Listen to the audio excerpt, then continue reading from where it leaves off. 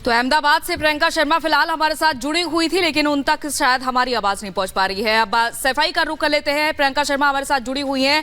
फिलहाल प्रियंका, मैनपुरी भी आज काफी इंपॉर्टेंट सीट है, तो यहां पर क्या कुछ देखा जा रहा है फिलहाल?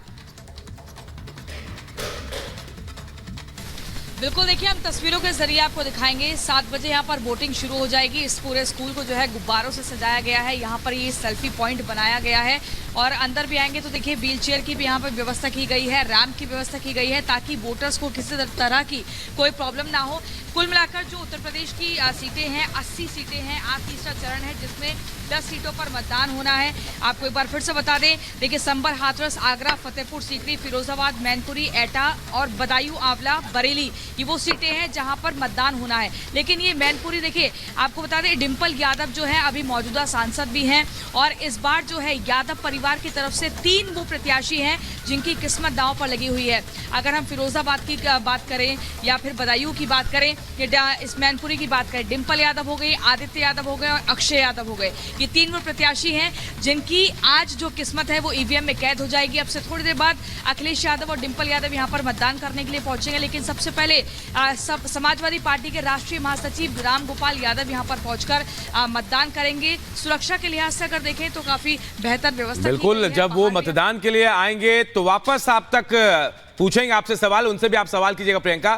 फिलहाल हम चलते हैं विदिशा, जहां सत्यविजय हमारे सहयोगी हमारे साथ जुड़े हैं। सत्यविजय, जहां आप मौजूद हैं, सत्यविजय का रुख कर लेते हैं। सत्यविजय, जहां मौजूद है वहां पूर्व मुख्यमंत्री शिवराज सिंह चौहान वहां से चुनाव लड़ रहे हैं, तो बेहद अहम ये सीट भी है क्योंकि बहुत दारोमदार शिवराज सिंह चौहान के ऊपर है। सत्यविजय, वहां का रण कैसा दिख रहा है? थोड़ी देर बाद वोटिंग शुरू हो जाएगी वहां। जी बिल्कुल, देखिए मध्य प्रदेश के लिहाज से बात करें तो 9 सीटों पर आज तीसरे फेज में वोटिंग होना है और 2 पूर्व मुख्यमंत्री और 1 केंद्रीय मंत्री, यानी कि शिवराज सिंह चौहान, दिग्विजय सिंह जो कि दोनों पूर्व मुख्यमंत्री हैं और केंद्रीय मंत्री रहे ज्योतिरादित्य सिंधिया, इनकी ये 3 बड़े चेहरे हैं जिनकी किस्मत का फैसला आज होगा। वोटर वोटिंग करेंगे और इससे इन तीनों दिग्गजों की किस्मत का फैसला होगा। हम इस समय जैद गाँव में है। ये जो बूथ है यहाँ पर ही कुछ देर बाद जो है शिवराज सिंह चौहान अपने परिवार के साथ वोट डालने आएंगे। नजदीक में ही इनका घर है। पहले वो नर्मदा घाट पर पूजा पाठ करेंगे, उसके बाद इस बूथ पर शिवराज सिंह चौहान अपने परिवार के साथ वोटिंग करेंगे। चूंकि मध्य प्रदेश के लिहाज से बात किया है तो 29 सीटें हैं, 29 में से 28 सीटों पर फिलहाल भाजपा का कब्जा रहा है और बीजेपी का टारगेट है कि 29 में से 29 जीतना है।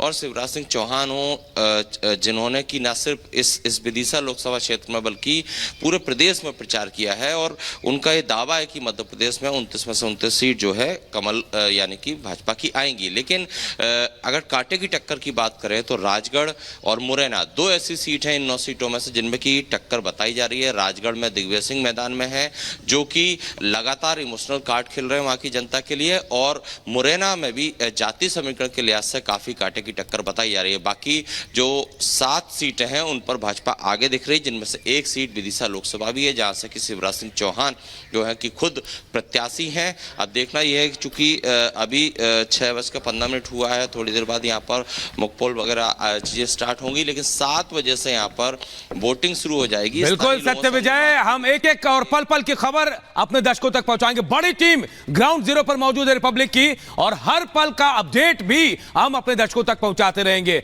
बहुत बहुत शुक्रिया फिलहाल आप तमाम लोगों का। और बड़ी खबर का रुख कर लेते हैं। बड़ी खबर यह कि आज चौथे चरण को लेकर चुनाव प्रचार करने वाले, तो देखिए तीसरे चरण में जहां मतदान होना, खुद प्रधानमंत्री आज मतदान करेंगे, लेकिन उसके बाद प्रधानमंत्री चौथे चरण के लिए प्रचार भी करने वाले हैं। महाराष्ट्र और मध्य प्रदेश में आज रैली है पीएम की, तो वहीं खरगोन, धार, बीड़, अहमदनगर में भी रैली है। ये जगह हम आपको बता रहे जहां रैली है महाराष्ट्र और मध्य प्रदेश की, जहां प्रधानमंत्री नरेंद्र मोदी वोटिंग के बाद आज पहुंचने वाले हैं, वहां ताबड़तोड़ चुनाव प्रचार होगा। देखिए आप तस्वीर आपको दिखा रहे, तीसरे चरण का रण है, तैयारियां पूरी है। कई दिग्गजों की जो साख है वो आज किस्मत जो है ईवीएम में कैद होने वाली है, तो वहीं चौथे चरण के लिए भी प्रचार पर जोर होगा। तो ये 5 तस्वीरें आप देख पा रहे हैं। आज पीएम नरेंद्र मोदी जहां तूफानी प्रचार एक बार फिर से करने वाले हैं चौथे चरण के लिए। और वहीं यूपी के सीएम योगी आदित्यनाथ भी अलग अलग क्षेत्रों में नजर आएंगे, तो वहीं अखिलेश यादव भी चुनाव प्रचार करेंगे, राहुल गांधी और तेजस्वी यादव भी प्रचार करते हुए नजर आएंगे, तो वहीं राजनाथ सिंह भी प्रचार करेंगे। ये 5 तस्वीरें हैं, अलग अलग दिग्गज अलग अलग क्षेत्रों में आज प्रचार करेंगे। लोकतंत्र के महापर्व में आज तीसरे चरण की अग्नि परीक्षा है। जनता तीसरे चरण में उम्मीदवारों की किस्मत का फैसला ईवीएम में कैद करेगी, तो वहीं सियासी दलों ने चौथे चरण की तैयारियां तेज कर दी हैं। पीएम मोदी आज मध्य प्रदेश और महाराष्ट्र में सियासी प्रचार करेंगे। खरगोन, धार, बीड और अहमदनगर में पीएम की मेगा रैली होनी है, तो वहीं यूपी सीएम योगी आदित्यनाथ सीतापुर और बहराइच में चुनावी प्रचार करेंगे। राहुल गांधी और तेजस्वी यादव आज साथ साथ झारखंड में इंडिया ब्लॉक के उम्मीदवारों के लिए प्रचार करेंगे, तो वहीं अखिलेश यादव अकबरपुर, इटावा और उन्नाव में चुनावी रैलियों को संबोधित करेंगे।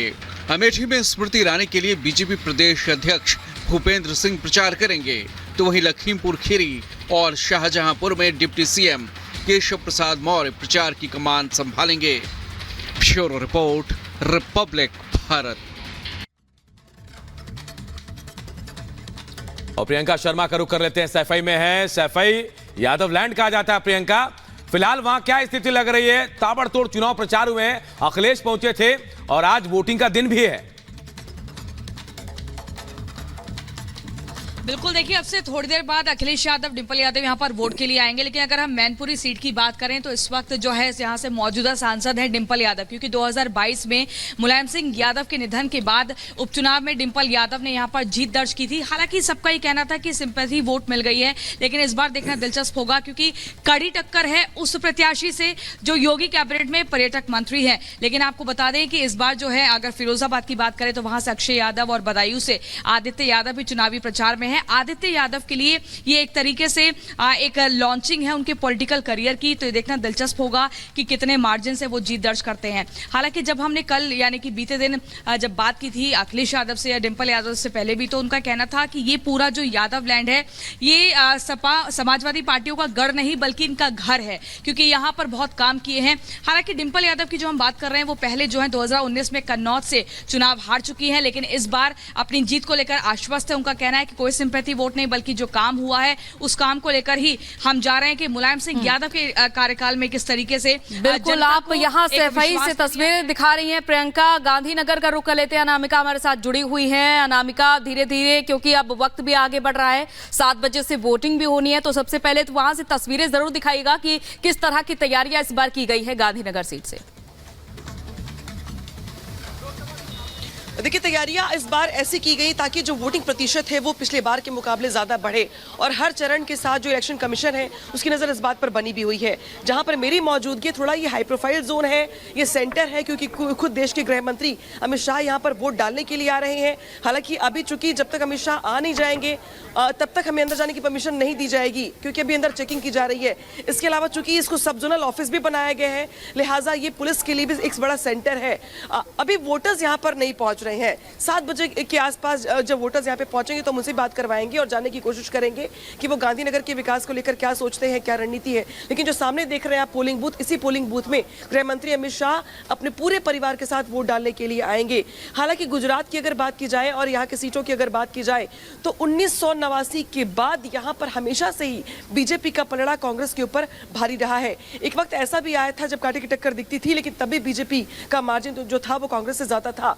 लेकिन 2004 के बाद से या यूं कहे तो 2004 से 14 तक जब कांग्रेस की सरकार थी तब भी यहाँ पे बीजेपी के पास ज्यादा सीटें थी, लेकिन 2014 से तो बीजेपी ने जैसे यहाँ पर किसी भी सीट पर कांग्रेस का खाता नहीं खोलने दिया।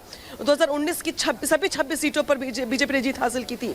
2024 की अगर बात की जाए तो यहाँ पर ऑलरेडी प्रत्याशी निर्विरोध जीत चुके हैं, यानी कि यहाँ पर विपक्ष यानी कि कांग्रेस की बात अगर करते हैं तो वो बेहद कमजोर दिखाई देता है। ऐसे में बीजेपी का पलड़ा भारी तो है ही, लेकिन इस बार बीजेपी की ओर से दरअसल अमित शाह ने, चाणक्य ने अपने प्रत्याशियों को, अपने नेताओं को ये टारगेट दिया है कि इस बार जीत का मार्जिन 5 लाख से पार होना चाहिए। इस बार लिहाजा नजर इस बात को भी लेकर के है बिल्कुल बिल्कुल अनामिका, क्योंकि इस बार भी वहां चुनाव और एक चरण में ही गुजरात में पूरे चुनाव होने हैं, तो तैयारियां हैं। वापस आप लोगों के पास लौटेंगे जब मतदान की प्रक्रिया शुरू होगी, तब भी आपसे अपडेट लेंगे। फिलहाल बहुत बहुत शुक्रिया प्रियंका शर्मा आपका और अनामिका सिंह काली आपका बहुत बहुत शुक्रिया। और चलिए आगे बढ़ते हैं और देखते हैं 2 मिनट में भारत।